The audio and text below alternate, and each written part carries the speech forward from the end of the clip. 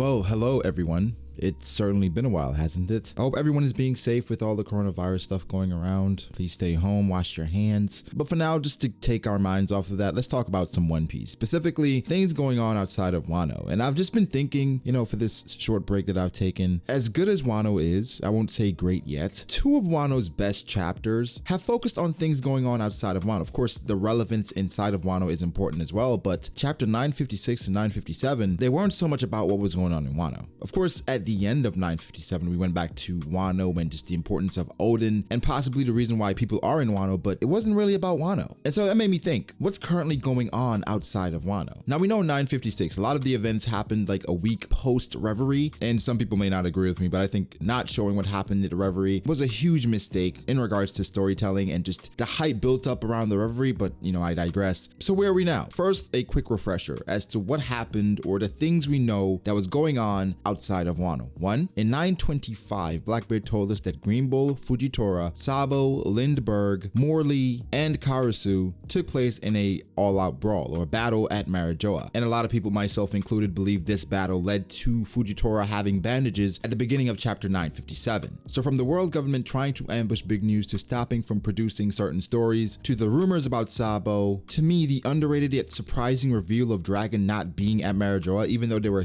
certain hints about the wind and things like that in that chapter, to young Shanks having a good time, to Don Dofi, like 956 was a marvel. But let's focus on what happened so we can try to theorize what is going on now. So back then, again, that's when Blackbeard said it was time to make a move. So Blackbeard, based on what the Navy has, because his exact quote was, "Pack your bags onto the ship. If the Navy's only going to take it, I might as well claim the prize." Now that could read very vague if you don't have context with a lot of things. So then it goes back to questions like, okay, what is the Navy going to take? And if they're just taking it, what is Blackbeard going to do and how is he going to capitalize on whatever this prize is? Because of the mention of Alabasta in this chapter, people felt like that was a hint towards the poneglyphs or an ancient weapon. Because the world government, we would assume they would not be using the ancient weapon, they would only take it. So for Blackbeard, he's saying if they're only just gonna take it and not use the thing, I might as well claim the prize and make use of it. I think Blackbeard on the move is the most dangerous thing in the One Piece world right now. So based on the events, I would assume Blackbeard is currently in position to take whatever he's going to take currently. I know there were theories going around about Blackbeard possibly going to Whole Cake Island and taking whatever's there, but then does that mean Blackbeard has intel of the world government probably making a move on Whole Cake Island because they know Big Mom isn't there? That would be pretty insane if we got a war in Whole Cake Island and a war in Wano going on at the same time with essentially two Yonko's territories but involving three Yonko. But then if Blackbeard does show up to Whole Cake Island, would Shanks know about it and Shanks shows up to Whole Cake Island as well? And then there's a full-out brawl between the Blackbeard pirates and the Red Hair pirates on Whole Cake Island. Crazy and insane to think about, but how hype would that be? But again, Blackbeard on the move is the most dangerous thing in the world because every time Blackbeard has made a move, it's caused a cataclysmic shift in the One Piece first. So if anything, if I'm the world government, Blackbeard is the person I'm focusing on at every time because that guy, every move that he makes is very calculated. This is also the chapter we found out about X-Drake and Kobe and the existence of Sword. Now there are several theories floating around about the members of Sword, including Akainu, Aokiji. For some reason, Doberman was brought up as well, I guess because he has several X's on his body, just like X-Drake. I guess time will tell.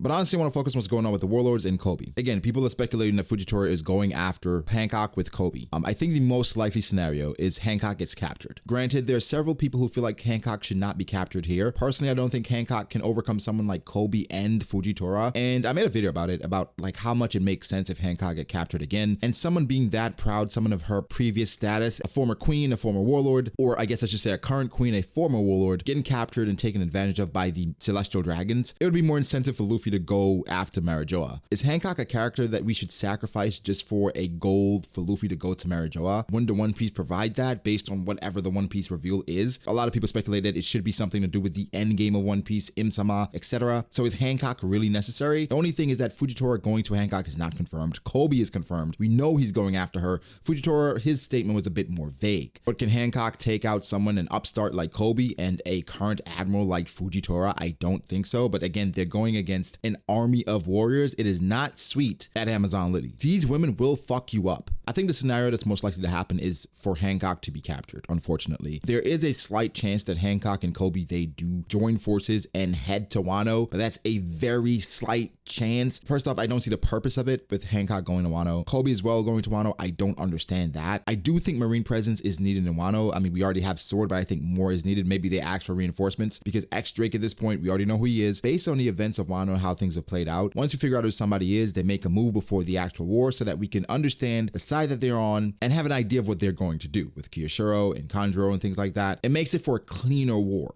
So in the war, we know what's going on, not too many twists going on, like a Squad moment or something where X-Drake, I don't know, stabs King through the chest or something. I don't know. It's something random like that, I guess could happen. Maybe Oda's getting all the other things out the way so we can focus on like small plot twists like that. But again, X-Drake and Law, it seems like they have a soft alliance where they're not working against each other, but it's not a full-blown alliance. Somehow like Kid and Luffy, where their goal is to take down Kaido, but we still don't fuck with each other. Like they don't have a relationship. But Luffy, it seems like he's trying to establish or develop something with Kid. Again, I don't want that to happen. I don't want any relationship formed there because again, I think that was the beginning of the end for Law, which is something I'll talk about in the future. I think Law has a lot he can prove here in Wano, but because of his relationship with Luffy, a lot of people feel like this is the end for him, whereas I think it could go either way. But again, something for another day. So right now, Hancock is most likely captured. Sabo, again, I think he did get away. I don't think he's captured again. Regurgitating the Ace storyline with Sabo feels a bit redundant, and I don't think Oda should use that again. So I think he actually got away, but I think he's getting blamed for the Cobra stuff. So right now, I think Sabo is with Vivi trying to seek refuge because I'm sure Sabo either overheard something or knows something, and they're using Sabo's name as, you know, maybe the person or the reason for Cobra being killed, because I do think Cobra is currently dead. So right now, I think Sabo and Vivi, they're off somewhere together, and Sabo is being blamed for not only the death of Cobra, but the kidnapping of a princess. His death, no. Sabo's not dying, he's not dead. Let's get that out of our minds right now. I don't think they would send people of note after Mihawk, which doesn't really make sense. Knowing Mihawk's status and how strong Mihawk possibly could be. Again, Mihawk's and Shanks's duels, they rang throughout the New World, so they're very publicized things. I mean, Shanks even got famous off of those duels, so sending fodder for Mihawk really doesn't make sense. People have been speculating that Green Bull went after Mihawk. I don't think so either. Having a silhouetted character that we don't even know what he looks like yet go after the world's strongest swordsman just doesn't add up to me, because I don't think Green Bull should win here, because if Green Bull wins here, it kind of ruins the end game for Zoro, and it doesn't serve any purpose for the story if Green Bull wins. If Green Bull wins and captures Mihawk, what's the purpose of all that? But then if Green Bull loses to Mihawk, why were you even in the story? Why even send anyone? Let him be. It doesn't seem like he's a,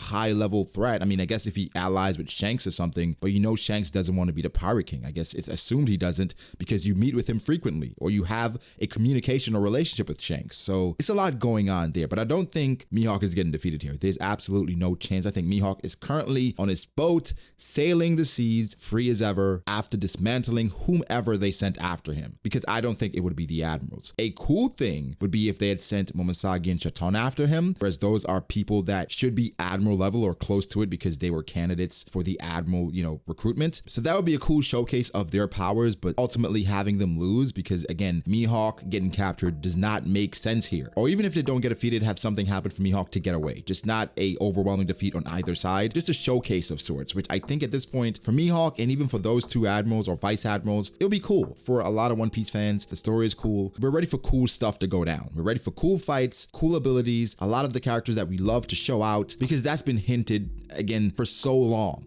And we're ready for that. As interesting as Wano is right now, and I'm really excited for the war, what's going on with Mihawk, I mean, I think Weevil got away as well. I think Buggy probably got captured, but he'll get away eventually. Hancock is probably captured. This is in regards to Wano, but we may expound upon this a bit more because, X-Drake and whatever he does is super relevant in the story now. But yeah, guys, give me your thoughts. What do you think about what's going on outside of Wano? What are your predictions for what's happening outside in the world? Hopefully we get an update chapter pretty soon, because I would like that before we go into the war, because it adds more hype to the outcome of the actual war. war of Onigashima. I mean, ultimately we expect the Alliance to win, but it kind of raises the stakes. Like if Sabo is captured or if Hancock is captured, but in a slight chance that Mihawk is captured, which I think is no chance at all. What are the stakes? How does it impact the people of Wano or the people fighting in the war after the fact? Because there's no way we would not be thinking about that. But guys, give me your thoughts. How do you feel about it? Leave them all below. Where have I been? Well, I've been streaming a lot more, and you can follow me on Twitch. I'm at twitch.tv/BragoDAce. We stream every other night. Follow me on Twitter as well at BragoDAce to get updates as far as like when videos are posting or what I'm doing. Follow me on Instagram as well at BragoD.Ace, which is probably the best place to contact me. Thank you to my patrons as well. Thank you guys for your support. Again, it's a lot going on in the world right now, so the best we can do is to stay home, wash your hands, just try to be safe in this difficult time. I'll do my best to get out as many videos as possible to try to keep you guys entertained and keep your mind off of COVID-19 for as long as possible. But please, everyone, be safe. Make sure to like the video as well and subscribe to the channel for more content like this. You can follow me on all my social media platforms, and I'll catch you guys in the next one. Peace.